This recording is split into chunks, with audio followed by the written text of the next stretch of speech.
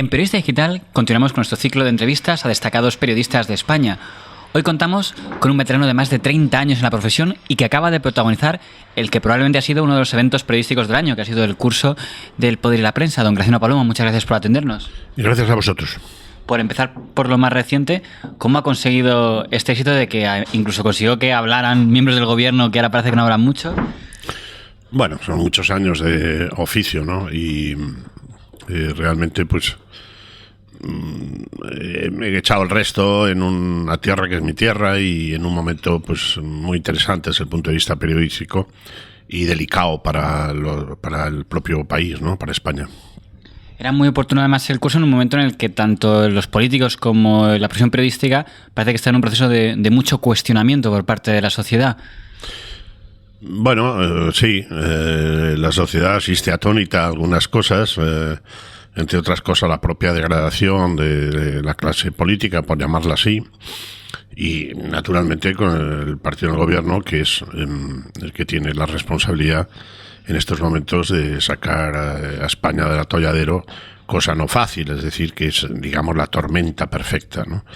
En este sentido, el papel de la prensa, de los medios de comunicación, son claves, porque al final, pues la gente normalmente no desayuna, ni almuerza, ni cena con el primer ministro o con los ministros, sino que la percepción que tienes de las cosas que suceden se hacen a través de los medios de comunicación, ¿no? Entre otras cosas también, entre otros, de Periodista Digital, ¿no?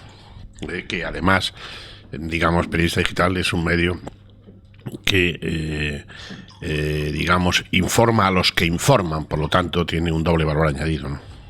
Vamos a repasar un poco su trayectoria, que ha tenido muchos episodios muy destacados en la historia del periodismo. Por una pregunta un poco cliché, ¿cómo empezó en esta profesión? Pues casi fue de casualidad, porque yo vivía en mis padres, que vivían en una época en Bilbao, y vivíamos al lado del Correo, que entonces se llamaba Correo Español del Pueblo Vasco, y ahora se llama El Correo, ¿no?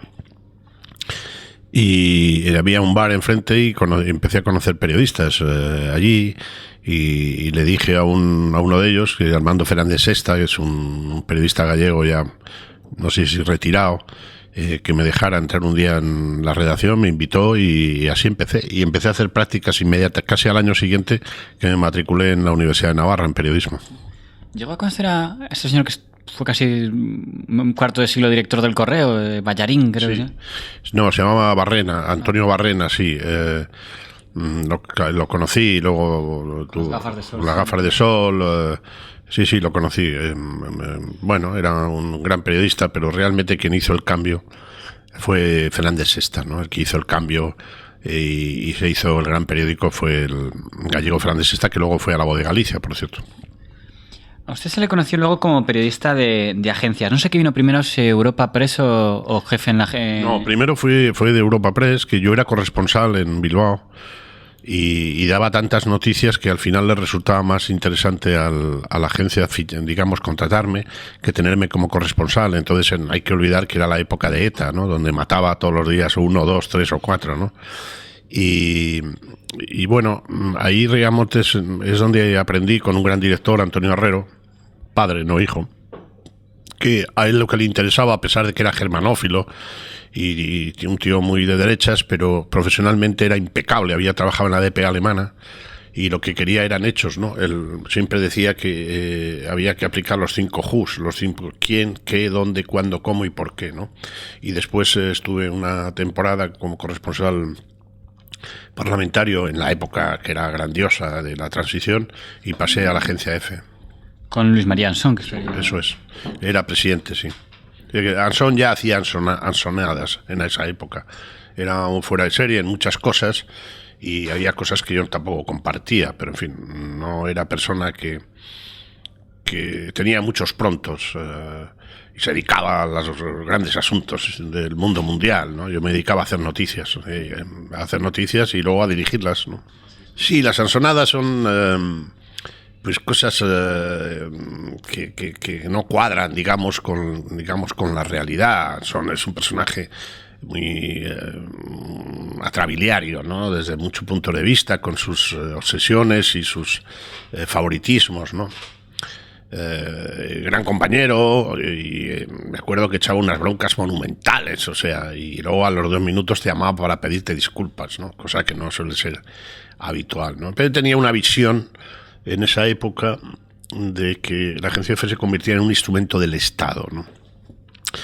Y lo consiguió, es decir, que hizo una gran agencia, conseguía el dinero de los distintos gobiernos y luego fue cesado. Yo creo que se equivocó ahí Felipe González, pero cuando llegó el socialismo después de la guerra civil al poder, y en ese sentido las Sansonadas pues era un tipo curioso, ¿no? Llenó aquello de marquesas y de tal, pero al mismo tiempo valoraba lo que era la capacidad de buscar noticias, ¿no? Y de hecho, yo que siempre he sido un elemento crítico y un tocapelotas, pues me hizo jefe de información nacional, ¿no? Incluso a veces luego le preguntaba al director que si no se había equivocado conmigo, probablemente sí, pero no en el sentido técnico, sino en el sentido de que creaba problemas. Lógicamente, la información siempre crea problemas. No creo era eso. Él hizo la compra de los palacios por el mundo, que luego fueron muy rentables. De hecho, se ha vivido de eso, ¿no?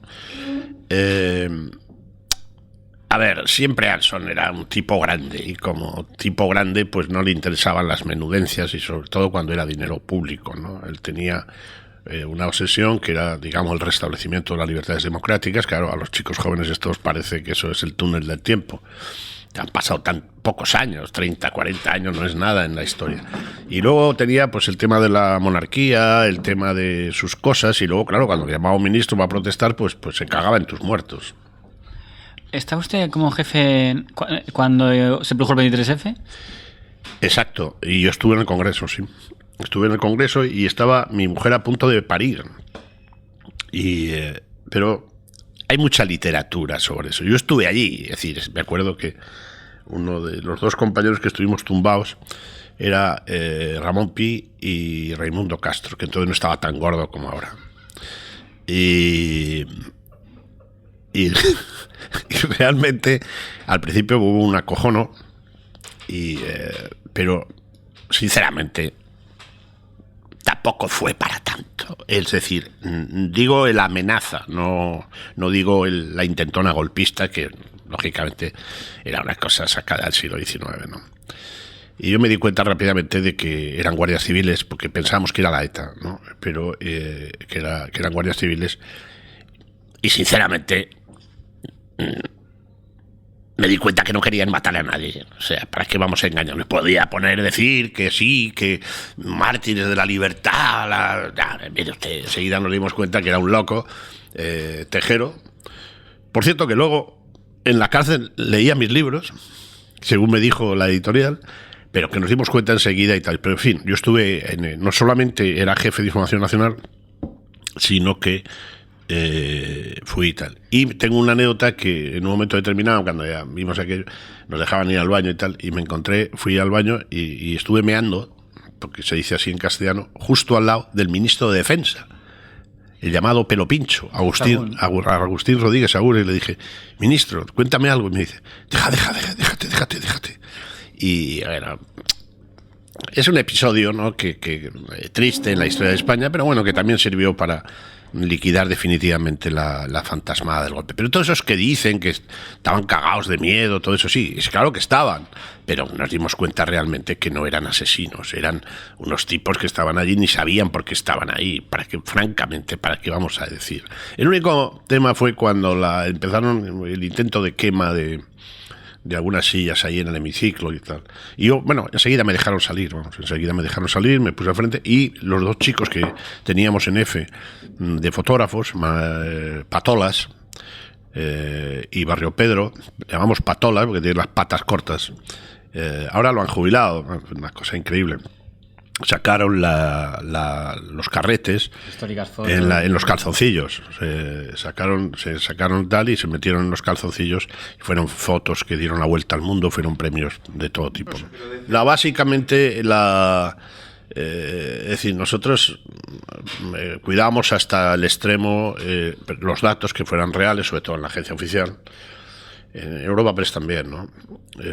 A mí me fichan de F por inmediación de Horacio Martínez Morata, porque yo formaba parte con Zuloaga, el famoso Zuloaga, que ahora está en La Razón, y los merendábamos todos los días. O sea, en Europa Press nos los comíamos con papas, ¿no?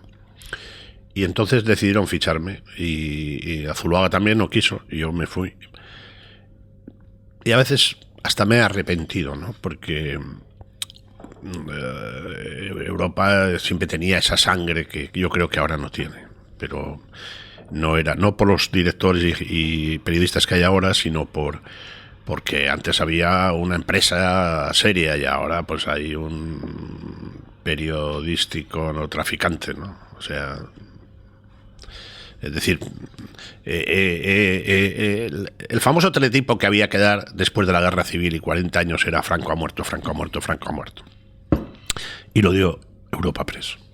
Por cierto, cuya garganta profunda luego fue condenada. Era un gran militar y un gran patriota, un hombre sumamente inteligente. Lo voy a decir. El teniente general Andrés Casinello Pérez. Ese fue, que era jefe de los servicios secretos. Luego ocupó cargos gobernando el PSOE, ¿no? Exactamente. Pero era un hombre, fue clave. Andrés Casinello era jefe del Servicio de Documentación de Presidencia de Gobierno, los servicios secretos. Y ese fue la garganta profunda.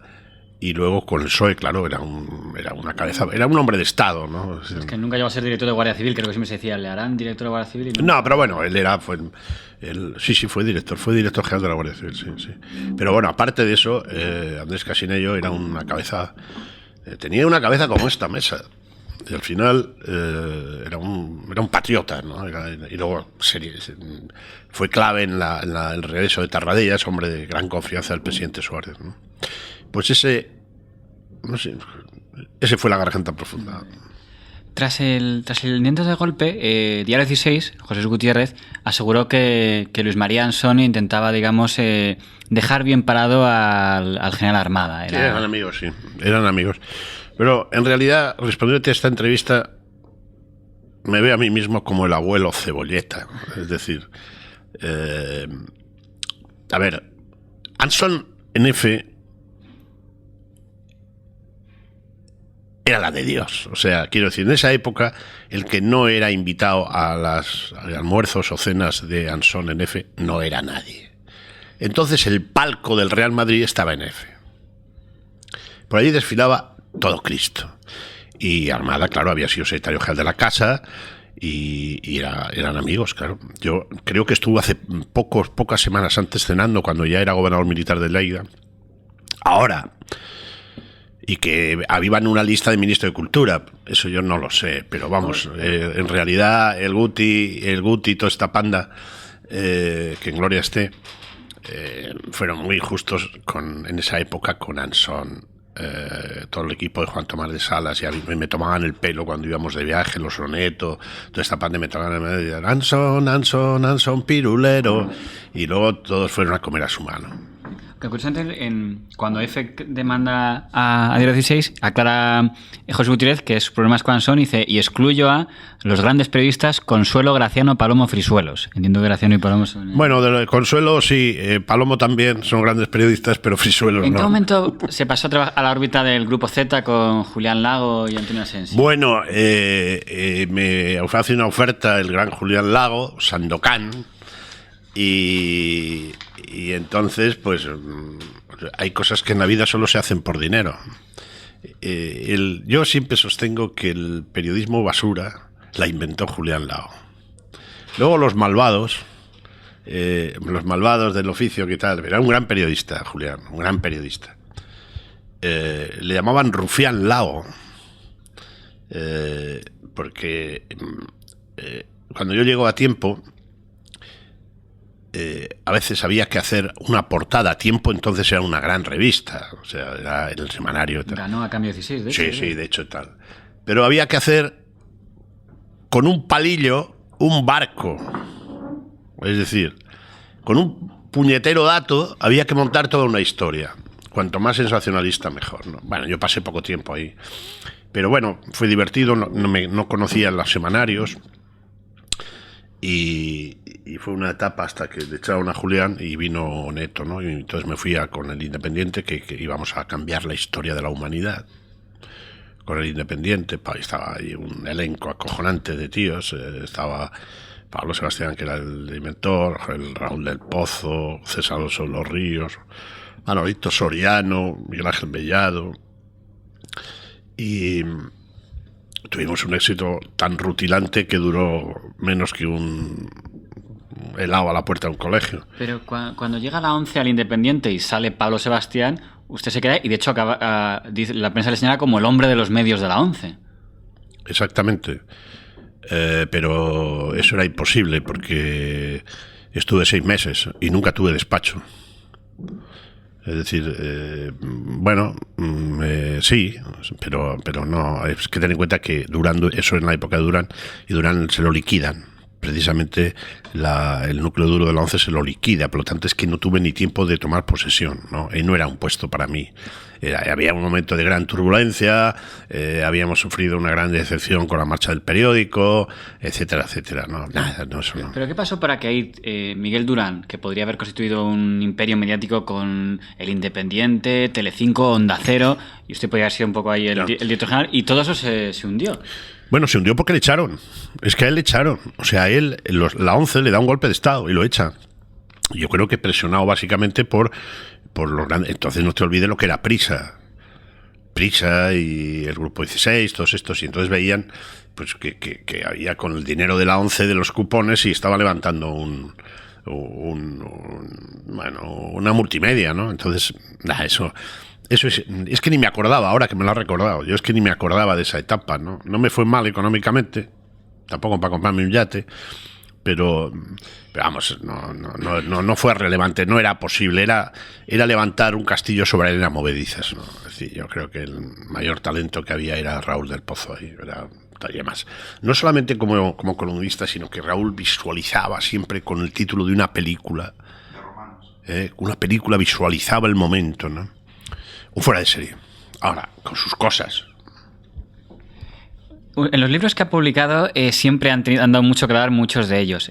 Por ejemplo, un tema del que usted sacó mucho y se fue muy comentado era la vinculación de José María Aznar con los que luego fueron los protagonistas del caso de la construcción, el señor Peña y el señor Méndez Pozo, que creo que aún sigue siendo una figura importante en los medios de comunicación con Ulibarri. Bueno, en las dos Castillas, sí. Bueno, sí. Si estamos viendo lo que estamos viendo, pues 20 años después es obvio, ¿no? Bueno, 25 años después, sí, tenían que ver. Sí. ¿No intentó, digamos, en torno del PP como que si hubiera ese detalle de que había tenido esa vinculación Aznar con Peña y... Bueno, es que realmente la carrera de Aznar política se debe a Peña más que Méndez Pozo. Méndez Pozo era el constructor que fue condenado, pero el político, el que le da el voto para conseguir ser presidente de Castilla y León, fue Peña, al que luego machacaron, ¿no? Méndez estuvo en la cárcel y se ha rehabilitado y es el capo allí de Castilla y León y de Castilla-La Mancha.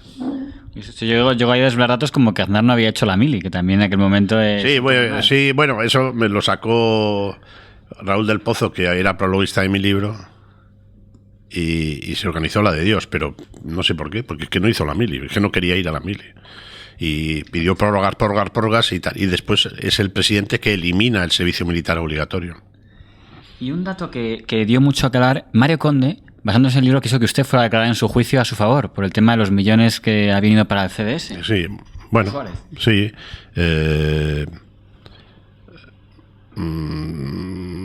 Es que lo que yo publicaba era verdad.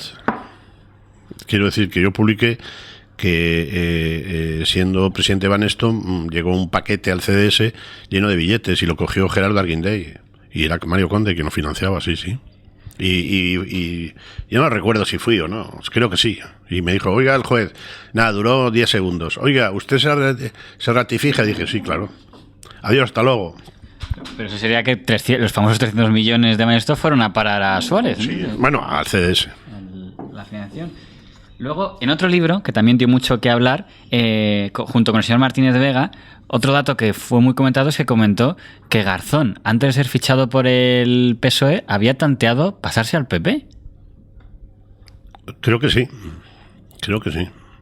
No recuerdo ya porque ya tengo medio Alzheimer, Pero sí, creo que sí. Sí, era... Bueno, en fin, Garzón siempre quiso estar en donde estaba, vamos. Sí. Y otro dato que había apuntado era que Miguel Ángel Rodríguez había sido vetado en el norte de Castilla. Intentó ser director y lo vetó Miguel Delibes, sí. Porque no consideraba que tuviera talla para ser director del norte de Castilla, que entonces era la Biblia, donde había pasado, pues aparte de Miguel Delibes, pues César Alonso los Ríos, en fin, Manuel Guineche, todos estos, sí. Dios, que alguien podría decir, pero ¿cómo llegaba a este periodista? Bueno, se le conoce como uno de los periodistas que mejor conoce a la derecha política de este país, ese tipo de detalles que de las biografías que sus protagonistas, Aznar o Miguel Ángel Rodríguez, entiendo que querrían borrar. Bueno, sí, bueno, en realidad eso fue, así fue. Es decir, él quiso ser director del norte de Castilla y lo vetó Miguel Delibes. Y claro, Miguel Delibes era mucho Miguel Delibes. Que bueno, sí, era rojillo y tal, pero más que en Rodríguez, más que la rojez y la fachería, lo que descolla es la impertinencia y la ignorancia. Vamos a un episodio que es interesante, que es el de la Espuela. En el año 96, el equipo de la Espuela se va todo a Radio Nacional, porque llega el PP y Alejo García y Carlos Dávila se van, y le escogen a usted para que lidere, digamos, el nuevo equipo de la Espuela en esa experiencia. Bueno, sí, Eugenio Fontán me pone a mí en la Espuela y llega el Partido Popular al poder y yo empiezo a ser un elemento crítico, hago una Espuela crítica. Y me echan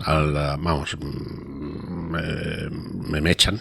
José Antonio Sánchez me pide que haga algunas cosas y yo empiezo a criticar a Villalonga.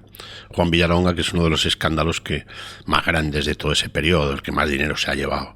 Y que entonces la Fiscalía no intervino, etcétera. Y me empiezan a dar mensajes de que no toque las narices, ¿no?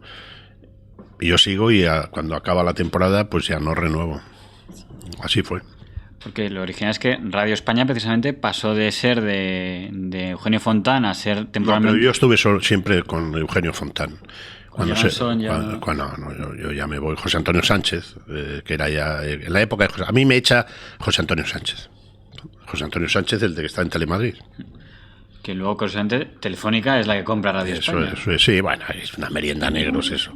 Ahí con esto todo el mundo se ha forrado. Entraron los valencianos, Zaplana, algo que no quise. El hecho es que yo ya no... Yo me sentía extraño allí porque era el PP había entrado a saco y no querían un elemento crítico. Y ya está, yo era crítico. Con Rodríguez, con el otro, sobre todo con Villalonga, que me pareció un escándalo, uno de los grandes escándalos de corrupción inconclusos en España. ¿Qué cree que fue lo que provocó la caída de Villalonga, que también llegó a tener un imperio mediático? Pues porque ya en el poder, en la Moncloa, el señor Aznar se asustó ante las desfachateces y las barbaridades que estaba haciendo este tío, ¿no?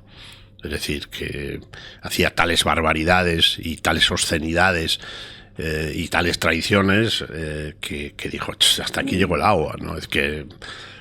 compró en Demol casi 1 billón de pesetas, había cosas que olían fatal, ¿no? Fatal, y luego sus comportamientos personales, dejó a la mujer, se casó con la Adriana Bascal, bueno, era un personaje que sus homólogos con los que suscribió contrato en el mundo están todos en la cárcel, él no. Todos el de WorldCon, por ejemplo, está en la cárcel, era un personaje... avaro, bueno, no tengo palabras. Pero nunca ha habido, digamos, un pleito judicial. No, porque la Fiscalía no intervino, porque el cambio era que él salía de Telefónica, se llevó un montón de millones con las stock auction, hizo ricos y tal, y la Fiscalía no intervino. No hay que olvidar que entonces mandaban nada. Es decir, ese fue el pacto. Pero vamos, lo de Bles al lado de este es juego de niños. Usted en uno de sus libros revela que tenía como cerca de su órbita Villalonga al Bigotes, a Álvaro Pérez. Sí, claro, sí, eso es. Sí, porque Álvaro Pérez era un tío que entraba en la Moncloa, era la leche. O sea que... No, esto era el... No, esto no quiero tocarlo porque le he ganado en los tribunales, o sea que... vale. ¿Esto qué es? No, ese es el premio que... Bueno, esta es una chorrada, sí. Pero vimos en la Gaceta una página completa diciendo que usted estaba encabezando una campaña contra Intereconomía. Bueno, yo hice algunos comentarios sobre Intereconomía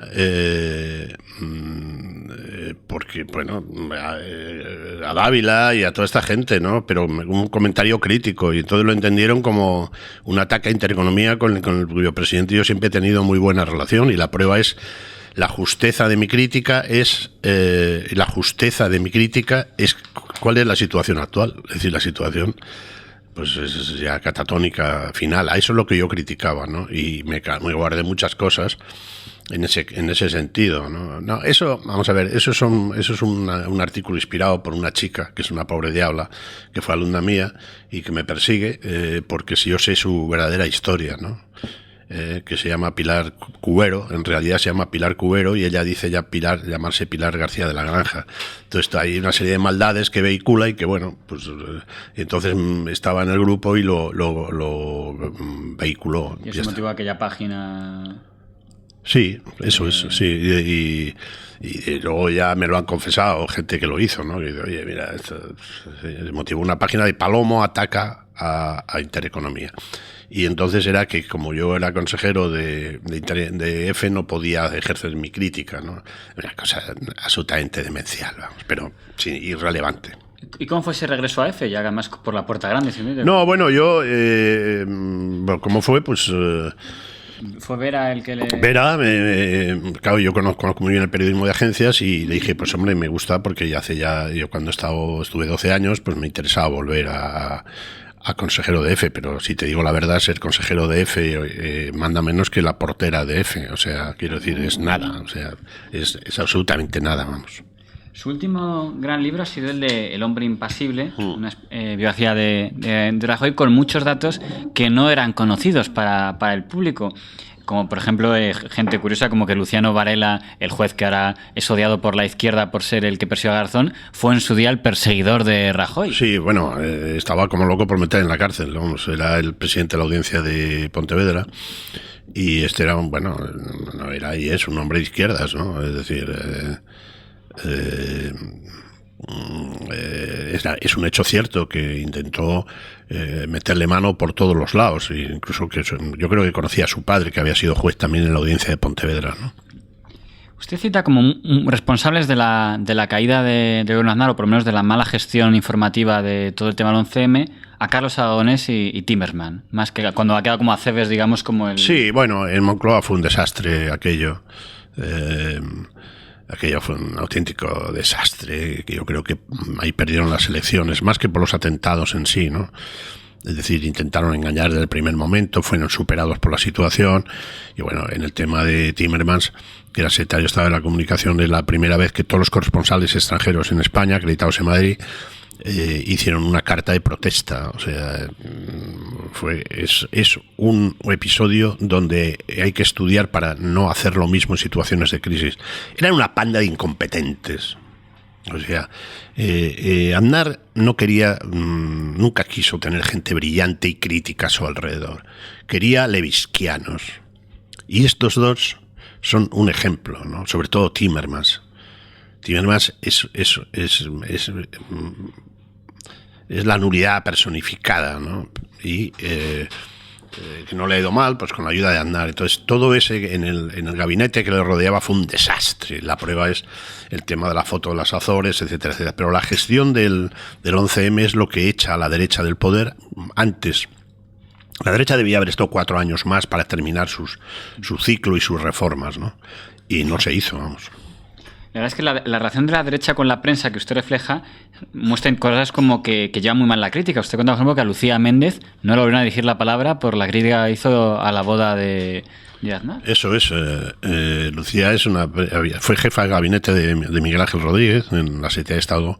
Estuvo muy poco tiempo y ahí vio lo que era, ¿no? Ya me ha contado a mí algunas cosas. Vio que era, pues que no, es que aquello era, es decir, el poder, el núcleo del poder no es lo que la gente percibe, o sea, que era una lucha desaforada. Y luego está siendo muy crítica con el aznarismo y sobre todo con la boda, y efectivamente no le han dirigido la palabra, no se lo han perdonado. En una cosa que es obvia, porque si hubieran escuchado, esa boda nunca debía haberse producido, al margen de lo que hay ahora de la corrupción, de todas esas cosas, ¿no? Ya que la corrupción, otra cosa que le refleja en el libro y que se ha dado muy poco al hablar del caso Gürtel es de la parte mediática. Y usted cuenta que Correa se jactaba de controlar o tener cierta influencia en Telemadrid y en Canal Nou, lo que equivaldría. No solamente se jactaba, sino que es un hecho cierto, ¿no? Es decir, hay algunos que se quejaban de que no les llamaban ya de Canal Nou, que entonces paga muy bien, y se lo gestionaba Correa, ¿no? Y en Telemadrid igual. Correa o el Bigotes, que tenía una gran influencia. El Bigotes trabajó en Onda Cero, en la época de Telefónica, y estuvo a punto de trabajar en Antena 3. Y ahora creo que trabaja en Intereconomía. Pero eso querría decir que había tertulianos en Telemadrid que fueron gracias a su amistad o a su conocimiento con el Correa, o algún directivo de Telemadrid. Tenía que haber alguien ahí que les conociera. Obvio. No le voy a dar los nombres, porque tampoco quiero líos, pero es obvio, vamos. Es decir, está en el sumario. Coge el sumario. Algo que suelen coincidir la mayoría de medios de comunicación, incluso que podemos decir cercanos al Partido Popular, es que mediáticamente la gestión de Aznar fue un desastre. O sea, que en su intento de crear, digamos, un grupo Prisa afín, acabaron todos... Eso fue una idea de Rodríguez, descabellada, como tantas las que tiene. Y utilizaron el dinero de Telefónica de una manera brutal, ¿no? Es decir, ahí que dejaron un agujero enorme, crearon un holding que se llamaba Admira, que el único tío sensato que pasó por ahí se llamaba Luis Abril, y Pedro Antonio Martín Marín, que es otro elemento pernicioso de todo gente que bailaba alrededor de Aznar, ¿no? Eso fue un auténtico desastre para los accionistas de Telefónica, ¿no? Ha quedado ahí y al final no ha servido para nada, para entregar Antena 3 Amigos o la Antena 3 y Onda Cero, ¿no? Como sabéis, Pedro J. se cabreó muchísimo cuando no le dieron Onda Cero, y le recordó incluso al presidente de Telefónica que él había hecho más por derribar a Felipe González que él. Bueno, fue un auténtico desastre porque, digamos, en el aznarismo hubo un alto componente dictatorial. Es decir, el conductor era todo, y si tenías proximidad al conductor, o se creía que tenías proximidad al conductor y a la conducatar, que es botella, no olvidéis nunca esto, pues estabas muerto o ibas a la gloria. Pasó es decir, el caso de Villalonga, que es un tema que está por descubrir. Villalonga es nombrado presidente de Telefónica por su teórica amistad con Aznar, lo mismo que Blesa, presidente de Caja Madrid, por su amistad con Aznar. En cuanto cuanto se sabe que ha caído en desgracia en Moncloa, Villalonga se tiene que ir fuera de España, eso sí, con millones y millones y millones, ¿no? Entonces, querían el tema de Prisa, todas esas cosas, y a ver, yo creía que el centro derecha en España siempre tendría que llegar al poder para consolidar el sistema democrático, ¿no? Y frente a lo que la mayor parte de la gente no creía,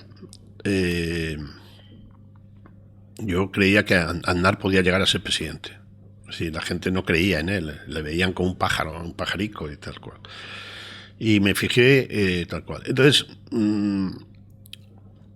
siempre mantuve una equidistancia, intenté mantener una equidistancia. La prueba es que no me dio jamás ninguna mamandurria, por entendernos, ¿no? Y cuando entro en colisión, a mí me parecía bueno que llegara a la derecha al poder y que le consideraba una persona capaz, que iba a ser un gran jefe en un momento también de mucha dificultad para España, como era el 96. Y cuando entro en colisión con él es cuando en un viaje en Nueva York me pregunta y le digo que me pregunta cómo veo las cosas, y le digo que hay gente que se lo está llevando crudo. Y se dio media vuelta y se fue, y desde entonces no me comí una rosca nunca más. A lo que yo me refería era Gürtel, porque cantaba demasiado. A partir de ahí decretaron mi muerte profesional, ¿no? Decretaron mi muerte profesional.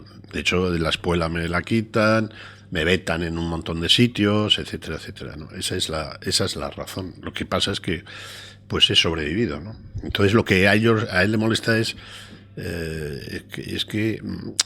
decir, que a mí no me han controlado, o sea, creo yo, vamos, y que conozco las cosas. Por ejemplo, todo este lío que hay ahora de Bárcenas y todo eso, el diseño se hace en la época de Aznar.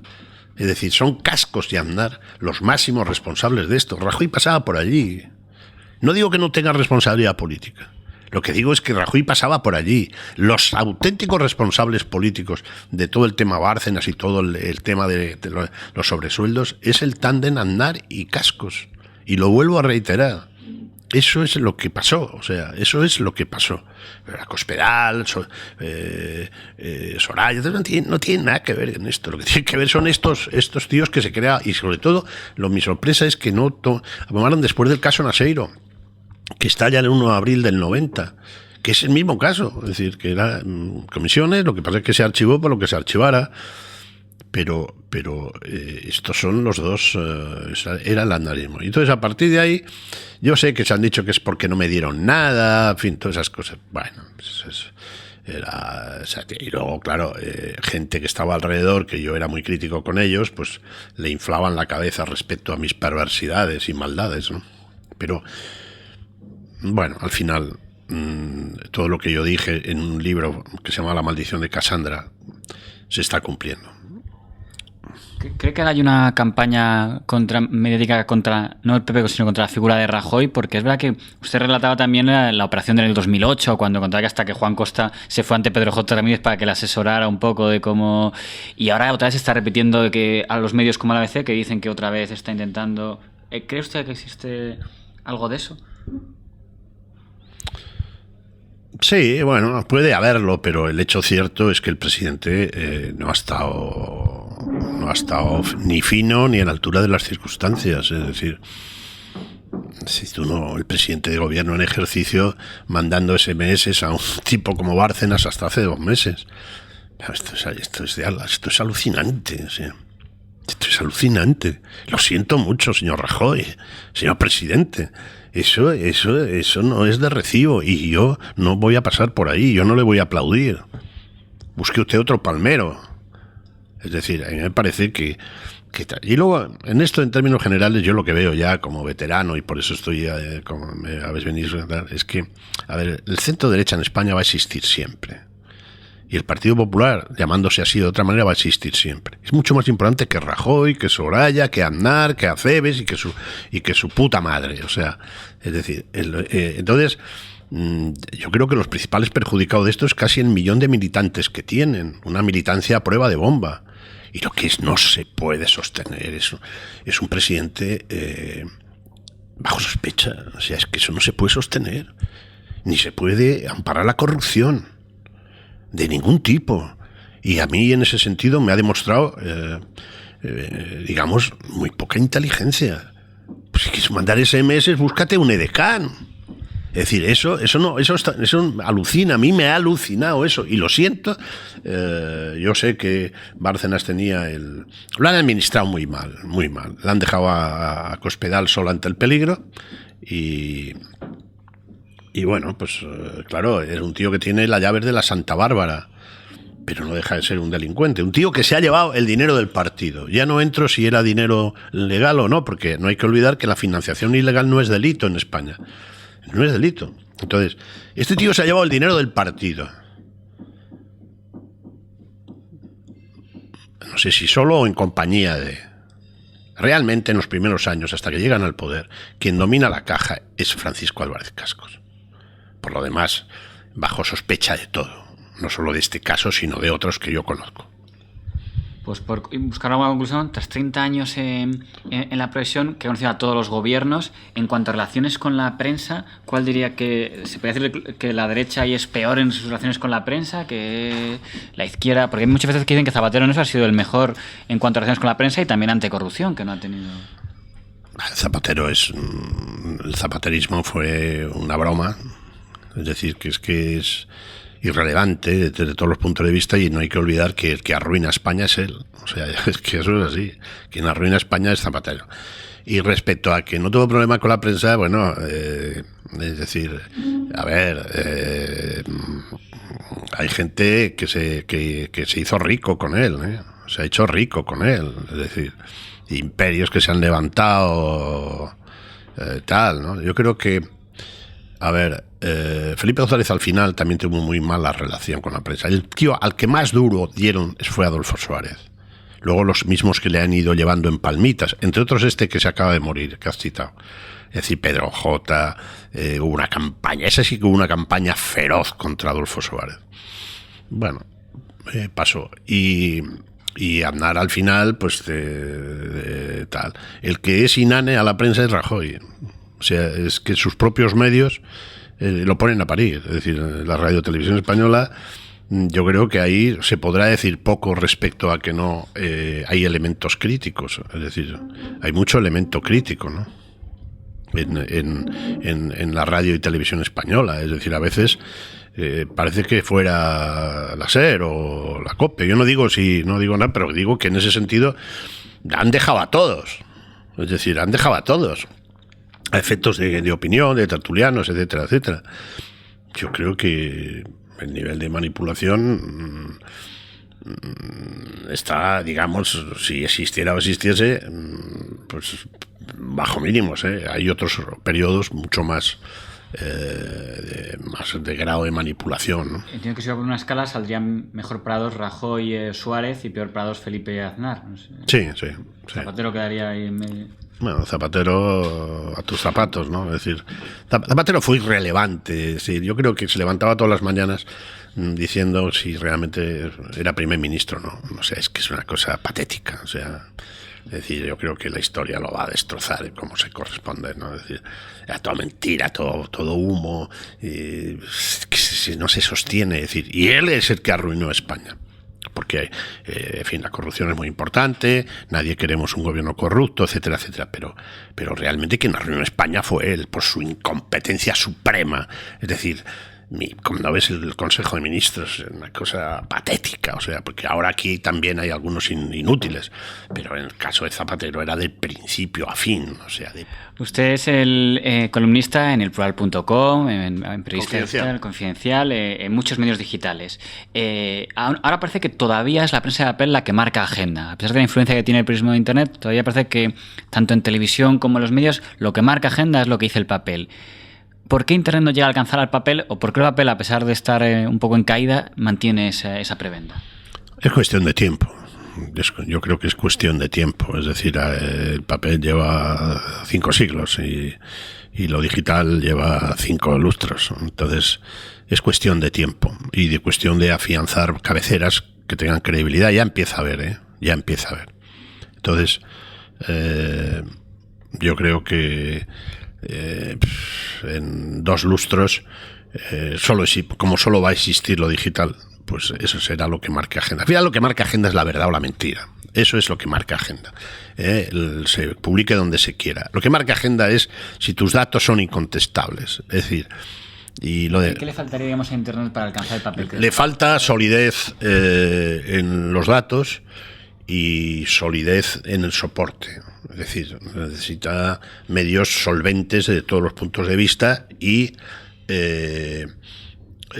penetración urbi et orbi. Eso es lo que yo creo. Pero vamos, que va a llegar en menos de 10 años. Pues, don Graciano, le agradezco que me haya atendido. No le he preguntado por Cristóbal Montoro, que sé que es que ahora en momentos otros ministros que es muy atacado porque dicen que es un socialista infiltrado. Bueno, eso es lo que dice mi amigo Luis Valcárcel, que vamos a ver, Montoro es una persona libre. Y es libre porque no necesita mucho dinero para sobrevivir, ¿no? Y porque ya ha sido ministro 2 veces y porque sabe que su carrera está a punto de terminar. Y es catedrático, etcétera, etcétera. Y yo creo que Montoro se ha enfrentado a los poderosos. Él ha sido el único ministro de Hacienda en la historia de España que se ha enfrentado a los poderosos, incluidos los mediáticos, donde han ido a su despacho a pedirle aplazamientos de IVAs y de otras mamandurrias. Y los ha tirado por la ventana. Entonces, yo me identifico mucho con él por hombre del pueblo, porque conozco, en su casa, una naranja era un lujo. Y eso en España, el ministro de Hacienda siempre ha sido un pijo, un tío de la élite, un tío de la oligarquía española. Y los ha puesto firmes, ya los puso en la anterior etapa. Luego otra cosa es que acierte o no acierte, pero digamos el perfil de un hombre del pueblo que ha llegado a la caja del Estado que además tiene una cierta tendencia jacobina, eso me parece meritorio. Y vivir como nada más, si nada más hay que darle, si cuando le ves te dan ganas de darle 5 euros para que se compre un bocadillo, acostumbrado a todo esto soplagaitas que se visten ahí en no sé dónde, ahí en calle Serrano. Entonces, eso es lo que a mí me llama la atención. Y luego, ojo, es el primer hacendístico de España, de Hacienda Pública, catedrático, ganado por oposición, etcétera, etcétera. Entonces, yo creo que es un ministro que le ha tocado, que heredó una caja con telarañas, que encima tenía que dar agua constantemente y ha hecho lo que ha podido. Es decir, pero el hecho de sus ataques de la izquierda, ridícula, y los ataques de los poderosos, significa que, creo yo, que es y el tiempo dirá que es un gran ministro. Y el único ministro que ha venido a servir los intereses del Estado, no de las eléctricas, de los grandes bancos, de no sé qué. Es verdad que ha subido los impuestos y nos ha rascado el bolsillo. Oiga, ¿y qué quiere usted? Que cerremos los hospitales, es decir, pero yo sé que Montoro podía ganar millones al mes, millones de euros, como consultor de los grandes tal cual, y está defendiendo los intereses de su país. Por cierto, mira, le voy a contar una anécdota.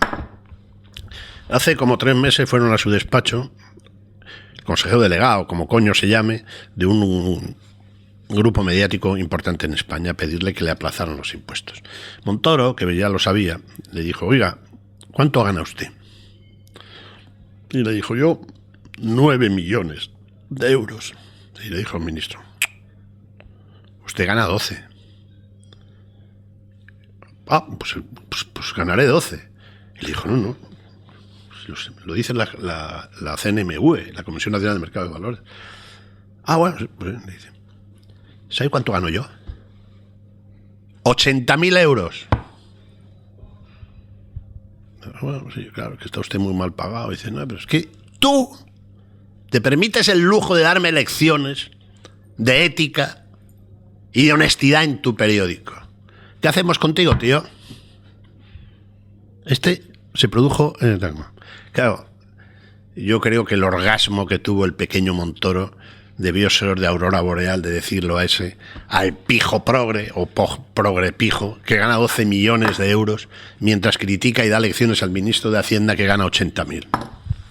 Pues, don Graciano Palomo, muchas gracias por haber atendido a vosotros, gracias.